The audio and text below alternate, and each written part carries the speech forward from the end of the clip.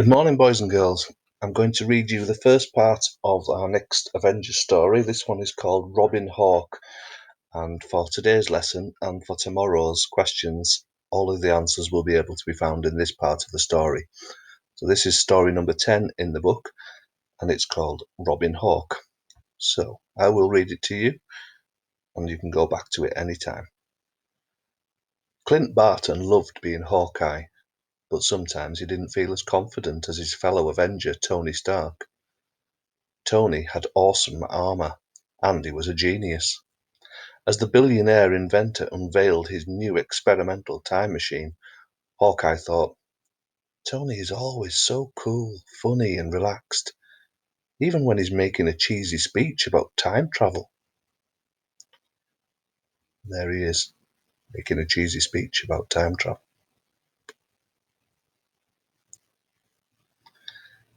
But the demonstration was interrupted by MODOK.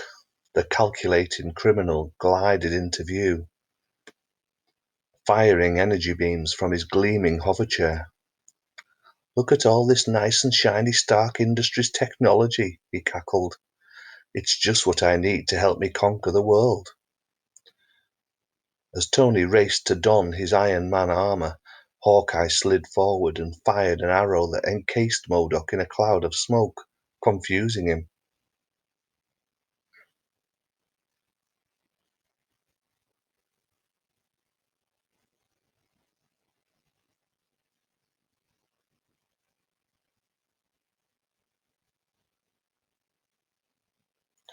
In his baffled state, the floating supervillain accidentally knocked both himself and Iron Man towards the time machine's glowing energy field. Hawkeye jumped forward to yank Iron Man away from the machine, but he was pulled into its energy field too. All three disappeared, along with the time machine itself.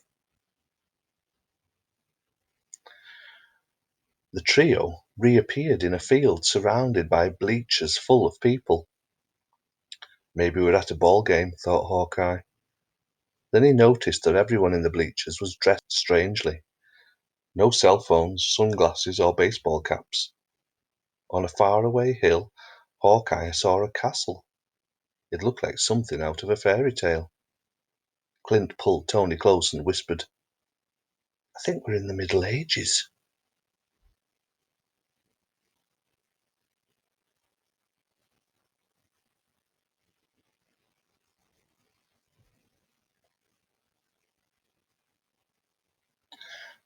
Just then a squire approached Iron Man and asked, "Are you here for the jousting tournament, Sir Knight?" The armored Avenger removed his helmet, waved at the crowd, and flashed them a charming grin. They applauded wildly. Hawkeye couldn't believe it. Wow, he thought. Even in the Middle Ages, Tony's the coolest person here. There he is, waving to the crowd.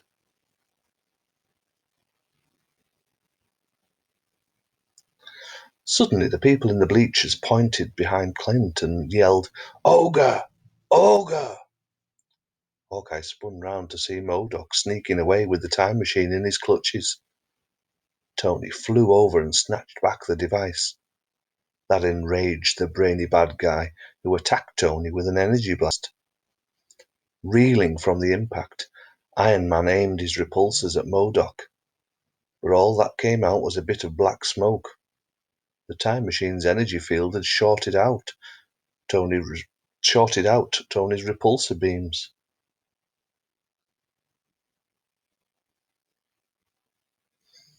Thinking fast, Hawkeye shot a trio of explosive arrows at MODOK. The blasts damaged the supervillain's hover chair, but he escaped into the nearby forest, roaring, "This isn't over, Archer."